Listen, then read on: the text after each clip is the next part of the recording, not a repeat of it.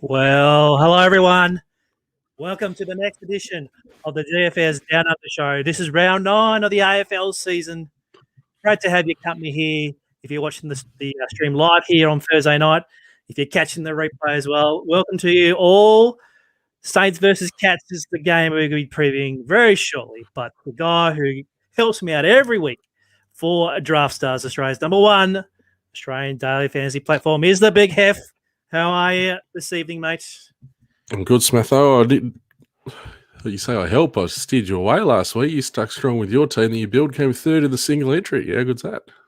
Look, little trumpet here. If you guys followed in last week, the round 8 side did really well last week. Got me a little third position in the single entry. Didn't change either side, which is good. Usually do something the couple of night before. Pulls off once instead of changing the side. So thanks, Hef, for the little shout out there for that particular side. But it's not about me. It's not about you sometimes, but it is all about the viewers here trying to win golden tickets into the Draftstars AFL $300,000 live final.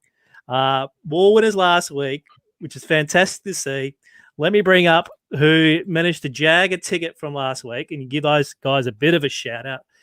So let me just go here. The winners from round 8. Here they are. Look at these guys who are going to the live final. LB 777 cleaned up last Friday, which is fantastic from him. Briz 17. Now, do you know Briz 17 there, Hef? Pay the Bristle man. He's back again. He's been in both live finals already, so he's booked his spot in the third one. Bit of a machine, the Bristle man. Yeah, he's put most of his lineups in on the throne, so that's an interesting one. Yes. Look, I reckon 15% of the population do their lineups in the throne. It's a fact. It's a fact. Yep. As you can see there, Shiv won the little $2 last week, so we'll go on to him. Fish Cake, Pato Spurs. Procession picked up his second ticket. I Love Lamp, who's a DFS favourite here in the community. Cumanonics, he went bang bang as well. And there's Scav, who's also quite prominent in the DFS community. So congratulations to those DFS entrants. They are off to a live final. So the tradition now continues this week. So if I hit this button here, the solo logo out, the 2 thumbs up come up. Here they are. Congratulations to all those guys who snagged a golden ticket for the Draftstars live final. Now, mate, speaking of live final, I have a question for you, which I have forgotten. I have forgotten. This was the point of the show that I was going to say, hey, I got third in the single entry last week, but you've jumped the gun on, which is fantastic. So what I'm going to do here, so before we get stuck into the teams, we do say that we use daily fantasy rankings for all of our tools and projections for AFL Daily Fantasy. So if you get to dailyfantasyrankings.com.au, one of the particular tools that we use here on the show is the cheat sheet. So it's all there ready to go for Friday night. Has the projections up there. You can click by value. You can do it by different games as well. So make sure you get the dailyfantasyrankings.com.au for all of those resources. All right, Hef, let's get stuck into some footy. So this is going to be Friday night. It's St Kilda versus the Geelong Cats, round 9. 7:50 p.m. start at Marvel Stadium, so we've got no issues with the weather there. Cats are favourites at around $1.35. The line's around 16.5, and the total's around 168.5, which is quite high. In team news, the Cats are actually unchanged. For now. Look, Sam Simpson, he had a leg injury, so he's out. James Frawley's in for his first game for the Saints. Sebastian Ross and Tom Highmore, which is a popular season-long fantasy player who's come in, but I'm not sure he's really daily fantasy relevant, but you might be able to say something about that later. Darren Joyce, Mason Wood, Nick Cotfield, and Zach Jones. Now, Zach Jones is the one that hurts a few players in the leagues. He's kind of out for that. So any particular notes from the teams there, Hef? Not really. Pretty light for light, those changes. Ross was a late scratching from memory last week. He'll come in and replace Zach Jones, who's scoring plenty through the midfield. Ross was actually in good form too before he missed. So pretty light for light there. And then you got Frawley and Highmore replacing Joyce and Cotfield. Mason Wood goes out of the team, and Jack Loney was the sub last week. He comes in. So pretty similar there. And then, like you say, Geelong and Knuckle actually came on as the sub last week for Simpson from memory. So Knuckle's into the team full time this week, and Simpson goes back on the injured list. Now, if you got any questions in for the show, pop them in the chat tonight so we can answer those on that particular show. Now, the thing that we look at every week before giving out the gold is we look at dailyfantasyrankings.com.au. We get onto the tools, and I actually look up the points against for the particular teams in the league. And here are my notes for this week. So, first of all, the Cats are last in the league for giving up fantasy points overall. So, if you go up against the Cats, you're going to have a hard time. The Cats are second in the league for the stats accumulators. So they don't give you fantasy points and then they rack them up. All right. Pretty simple equation. The Cats are only giving up 1.2 fantasy tons per game the last 5. Saints are giving up second most fantasy points to Rucks. And then the Saints are the 4th in the league for stats conceded. So, yeah, put all those together and it looks like a pretty simple slate to attack. Any thoughts on those particular stats from dailyfantasyrankings.com.au? Look, it's very similar actually to the game we did last week with Richmond and Geelong. We discussed a lot of these same points last week from memory. The Saints, I did write up the preview on last Saturday's slate for Daily Fantasy Rankings, and I sort of mused whether the Saints' numbers were to be believed or if it was just a slow start to the year. But once again, they gave up a lot of points to the Gold Coast backs especially, and they gave up more than the competition average again. So I'm starting to believe these Saints numbers. Now, the reason why we're here, it's a $75,000 contest on Draftstars. Big, massive prize pool. The golden tickets are all up for grabs. So there we are, $75,000. Let's have a look at the Draftstars lobby for this particular match. $75,000, the single entry, which I nearly took out last week, is up for grabs again. So here we go. Let's get stuck into the Draftstars lobby. $75,000 contest. And as always, as we scroll down here, always starting the Rucks. Always. Who are we looking at here? Rowan Marshall, 13,740. Paddy Ryder, who's come in 11,460. And then Asava Radigalea, who was the late in last week, managed to get in there for 48 fantasy points last week. He has a salary of 9,220. Now, on first look, we got the duel set up for Marshall and Ryder. Seemed to go okay at times last year, usually one pop, one not. But Asava's not really that fantasy beast there at 9,000. So I'm leaning Marshall on first look. So what do you think we can do here in the Rucks? Well, the thing about Asava is we did sort of talk about what was going to happen last week with Geelong, given how often they use Blixarves and even Jack Henry in the ruck against Sydney. There's a comment there from Mr. Flamin' Redbeard. A three-way split in the Cats rucks. I did a little bit of research before I came on. Interesting, Jack Henry didn't have a hit out last week, so they stuck with Blixarves. Blixarves had more hit outs than Radigalea.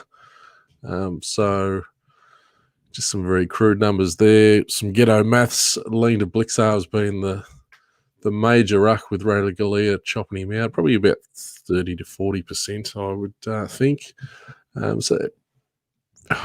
And obviously we've got the split on the other two. Run some quick numbers. Who would you be more confident? Radigalea to get 55, Ryder to get 70, or Marshall to get 85? That's sort of around where they're priced. Look, I'm probably going to go with the guy who fits the rest of my lineup best in this one, to be honest. Marshall's the guy that could break the slate. I don't like I've mentioned before, I don't like playing tall forwards against Geelong. I think it's a pretty hard spot for them, which makes Marshall, his chances of going really big a bit less, because we know Marshall can score well up forward. Ryder's probably going to dominate the majority of the ruck when he's against Blixarves in terms of hitouts. But yeah, it's a really tricky ruck, this one. I'd almost go Ryder, actually.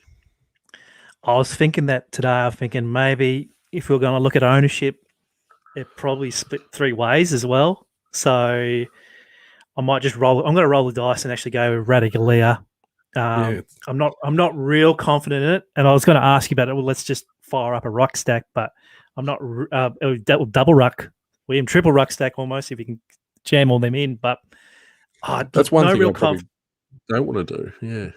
Yeah, so no real confidence there. So I'm just going to go the cheapest one. Hopefully he exceeds value. Hopefully he can get a 60, possibly a 70, and therefore it shortens the gap between the other two Saints rucks. But yeah, no real confidence there. One thing in the stats I noticed, Geelong, their last 5, they're giving up a fair amount of points to opposition teams, but that stat there on daily fantasy rankings is a bit skewed because they gave up a massive score to Max Gawn, and the rest has been sort of par or a bit below. So don't fall into the stats completely all the time. It's worth doing a bit digging, especially on those smaller sample numbers.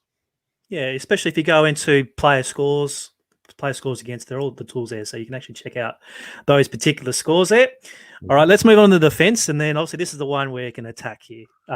Cats have ideally love that chip out of defense. The Stewarts, the Guthries, the Blixars of the world, they just love taking that chip mark outside halfback. So, look, I'm not really going to look at Saints options here, but the one I really love straight away, I'm not going to care about talk me out of it, but Tom Stewart at 14,550 is an automatic play for me. You might shake your head, but he's not coming out of my lineup, mate. Who else can we look at here? I'm shaking my head because there's no way in the world I'm talking out of Tom Stewart. He's so consistent. He fits the bill perfectly. We talked about Saints being similar to this game against Richmond last week. They gave up points to backs once again last week there against the Suns. They give up a lot of uncontested ball. They're quite a good contested side, but they don't mind giving up uncontested ball there across the back line. And when you talk about that, you're right. Tom Stewart is the man. He's still priced pretty well, considering you'd expect him to get 100 plus like he did last week.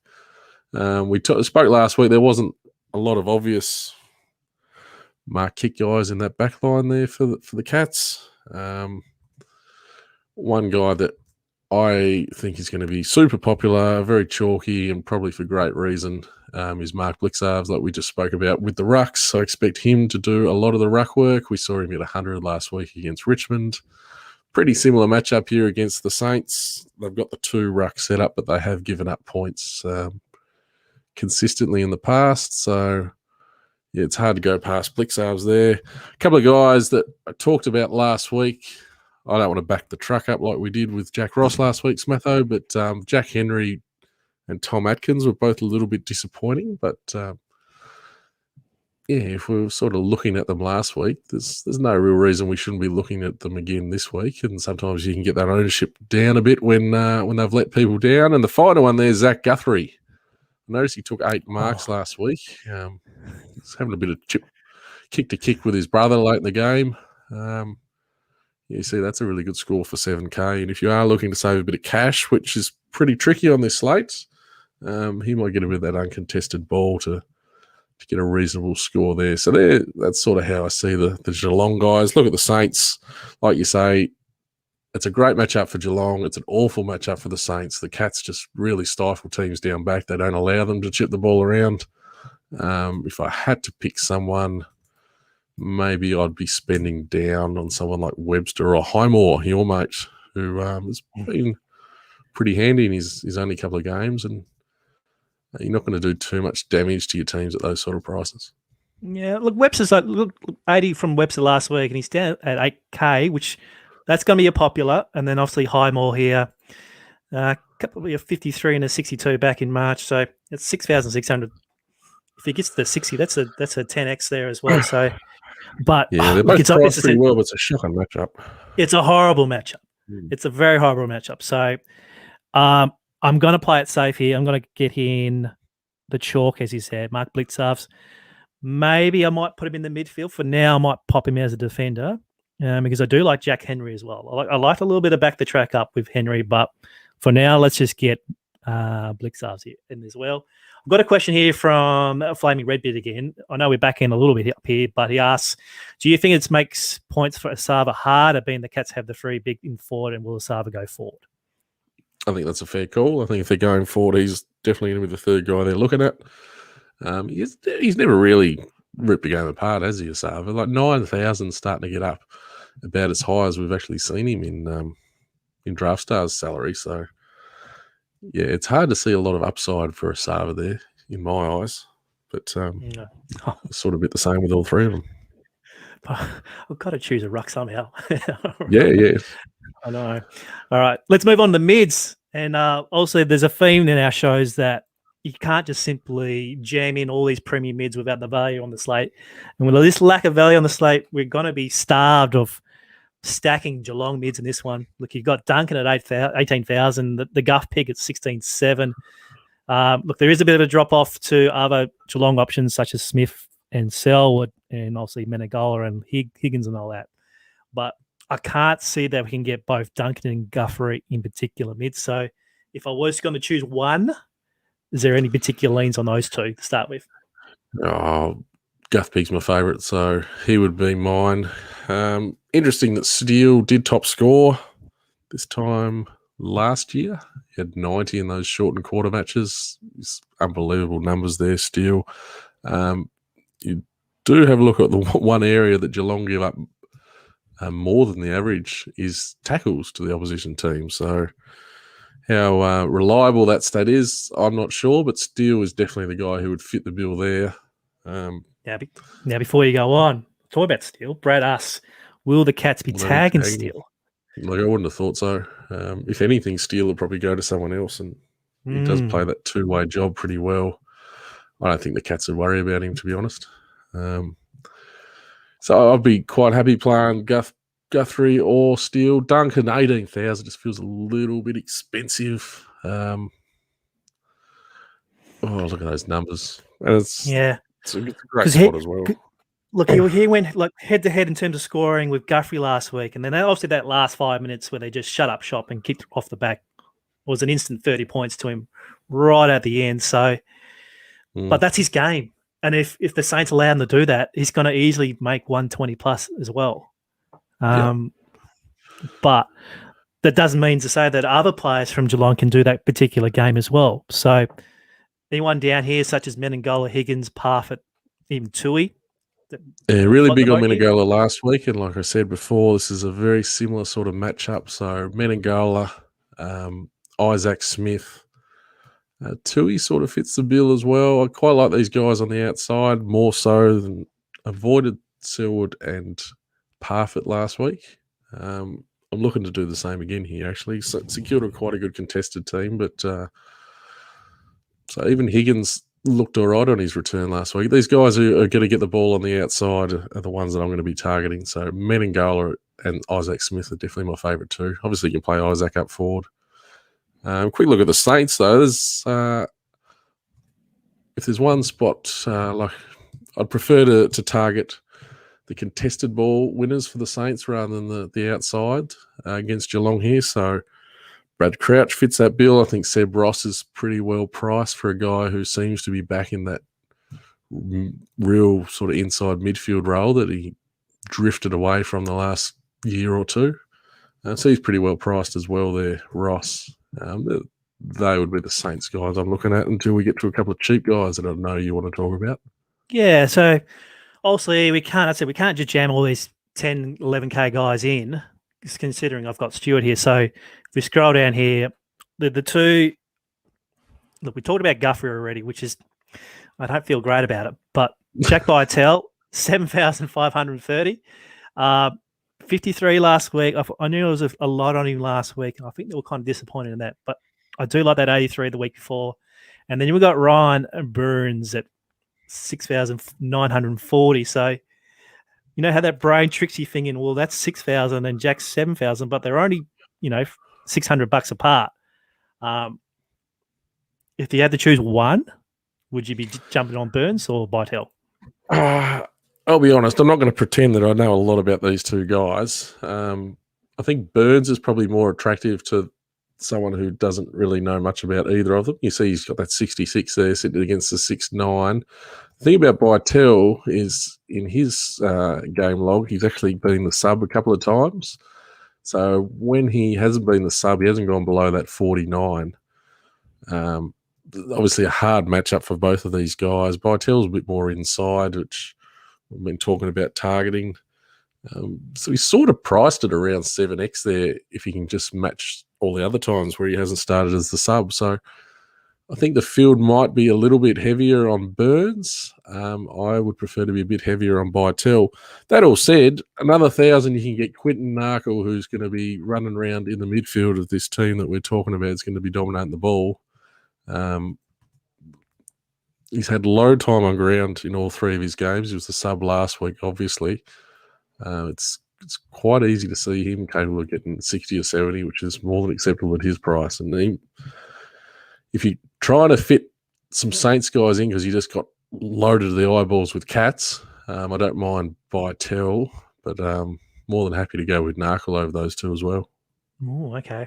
I'll have Bytel for now, but if I have some cash left over, I'll certainly try and get Knuckle in. But the way things are going, I might have to play one Saint. And if there was any of the Saints I will play, it's either Jack or Ryan. So I'll leave those 2 just empty for now. So if I move up to the forwards, a lot of mid forwards. Once again, a lot of ruck forwards as well. So there's not many forward only options. Tommy Hawkins at 11,000 is the lone forward there. Also, I might just have to dop the cap here for the stats that you provided last week about Jesse Cameron. I wasn't really thinking about playing him last week until he told me how he goes off at the MCG. So this week we find him now at 10,240. There's a big 121 sitting there. No, Cat's a big favourites here. At Marvel, though, I won't get you to look up Marvel stats for this time around because I'm not real keen because I'm starting to run out of cash for this particular play. But these key forwards, are they actually in play against the Saints? Oh, I think they are. They are. Like he was just so dominant, Cameron. We spoke about how he's a much better player than the 7-9 whatever price tag he was. So, he's 6, wasn't he? It was 6 something. 6-9 was he? 6-9. He's around that $7,000 mark, which is obviously way too cheap. They've got him right up here. You're talking about Marvel. He played one game there last year for a 38, but his previous games were 80, 90, and 90. So I don't think it holds too many fears. Like you say, if the Cats get hold of him, then I don't mind I definitely don't mind Dougal Howard as a defensive option. Frawley comes back in the team. Maybe he's getting on a little bit, but be a little bit worried that he's going to go with whoever he goes. Probably Hawkins. Hawkins is getting down in price, actually, 11,000. It's a bit of a hit or miss with these forwards. I tend to just sprinkle a lot of the time. I do love Isaac Smith as a forward option. I think he's getting a great spot here. One guy I also want to talk about is Gary Rohn. Sort of missed the boat a bit because he's come up with that 100 last week. Last year, he had 90 against the Saints when they played in those shortened quarters. So 7,900 looks super cheap, but unfortunately, it's got that 100 sitting right next to him. I'd love if he had another 50 or something sitting there because he does have that upside rolling at that price. So they're the guys I'll be looking at. But you see, like Dalehouse was actually really good against Sydney and got subbed out last week. He's quite cheap there as well. If I was going to play a Saint forward, I'd prefer to play a smaller forward, say like a Loney or a Butler rather than a bigger forward like Max King, just because you know my feelings on playing the tall forwards against Geelong. It ends in tears more often than not. But forward's always one of the harder positions for me to work out in DFS. Rowan, I think, is the obvious value, and of course you're going to throw a bit of Hawkins and a bit of Cameron in if you're expecting a big Geelong result. Yeah, all right. Let me choose a couple. I do like your Knuckle play, so I reckon I'll get him as a forward. I also look Tui or Cameron. Give me a coin flip.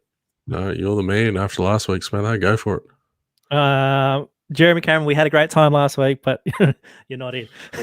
So that comes into there. Yeah, I reckon Zach Tui. I reckon you'll like the Marvel service, a bit more faster track, suits him on the wing through there. I want the Guff Pig. He's in, and that leaves me 11-2. Oh, it doesn't get me to Parfit.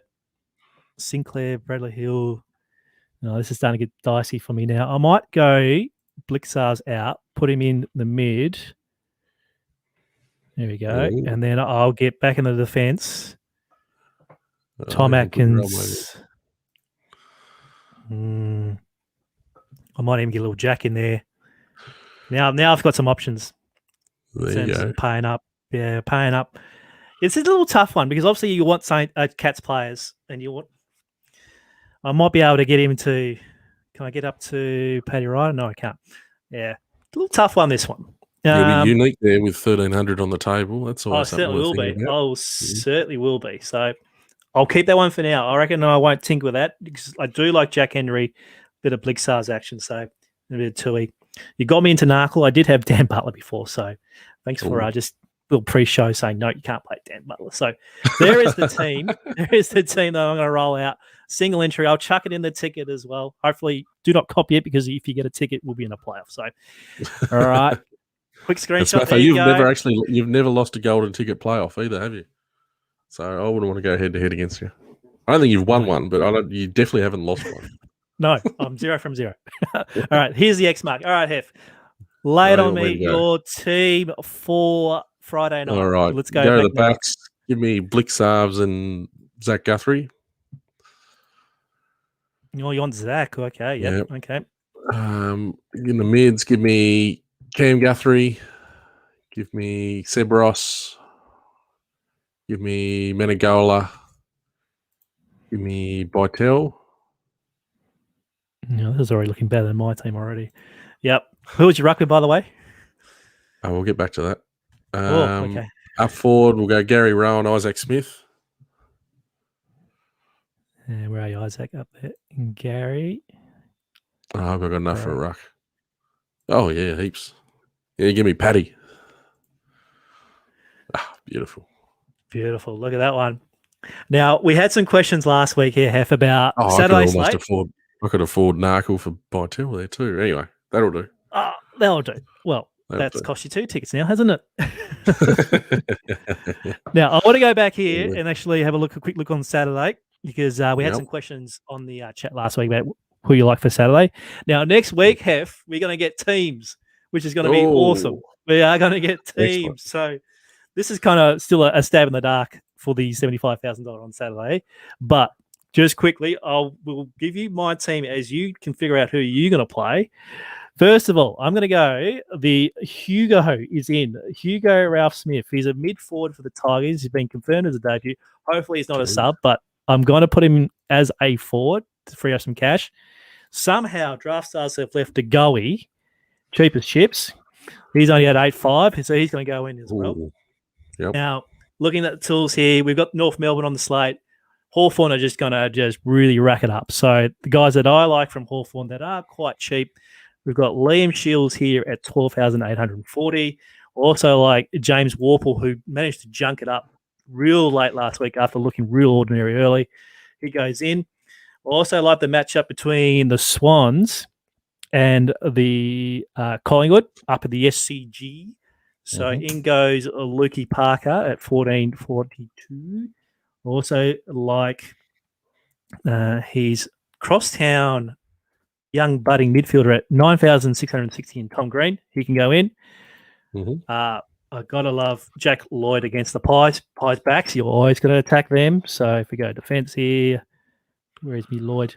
Quite cheap there at 14,960. Our boy Callum Calamari, he can go in there, and that leaves me just enough money here. Hopefully that Jordan Sweet gets another go for the Bulldogs at 7,930. So I'll be chucking that into another ticket qualifier on Saturday. Any thoughts on that one particular, Hef, or your own thoughts before we wrap up the show?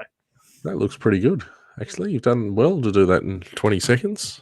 I've got a team for you. I've got a few of my old mates that will highlight.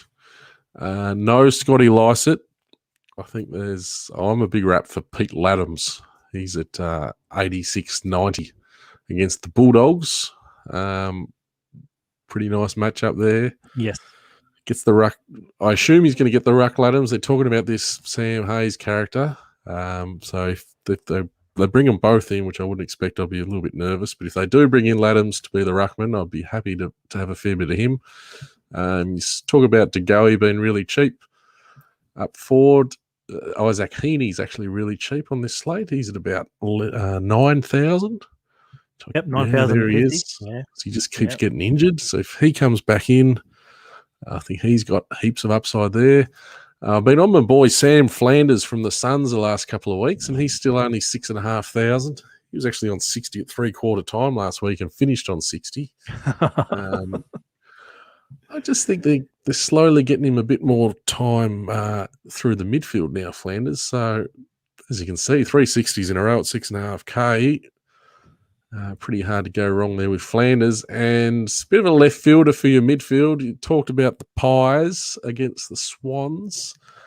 James Rowbottom is at about 11,000. He's in unbelievable form. He did have 12 tackles last week, but still 115 against the Demons midfield. He was only on the ground for 63% of the game. So that is a huge performance. Hasn't gone below 80 in his 4 games this year. 11,000. I think there's a lot of upside against that Pies midfield. So he's a guy that if you don't want to play Warple, you could play Rowbottom instead. Or you could play them together. Now, just before we finish up the show, I'd like to answer here Brad's question here. Highest scoring player on the Cats and Saints slate, in your opinion? What I might do, I might bring up the old cheat sheet as well, if you want to have a quick look at that. Highest scoring... Don't need to look at it? What do you want? You want the Guff pick? Give me Guthrie. Love Guthrie. Yeah. They're the 3 obvious ones, aren't they? Duncan, Guthrie, Steele. If you pick the right one, I reckon you'll go a long way towards getting the chocolates. Excellent. Well, we might wrap that up here, Hef. So thank you for joining me today on the DFS Down Under show for AFL Round 9, AFL Daily Fantasy. Make sure you get onto draftstars.com.au, the Australia's #1 daily fantasy platform for your AFL Daily Fantasy. We'll be back next week for Round 10. We'll have some more teams to obviously to dissect. So doesn't mean more work, does it? It might mean some more little hot takes from you, mate. You never know. You might want to start preparing on a Thursday evening. Thanks for all the viewers for watching the show. We look forward to seeing you for more daily fantasy content, and we'll catch you soon. But before we go, thanks, Brad. Thanks for hanging out with us today. Thanks, Hef. We'll see you soon. Cheers, mate. Thank you.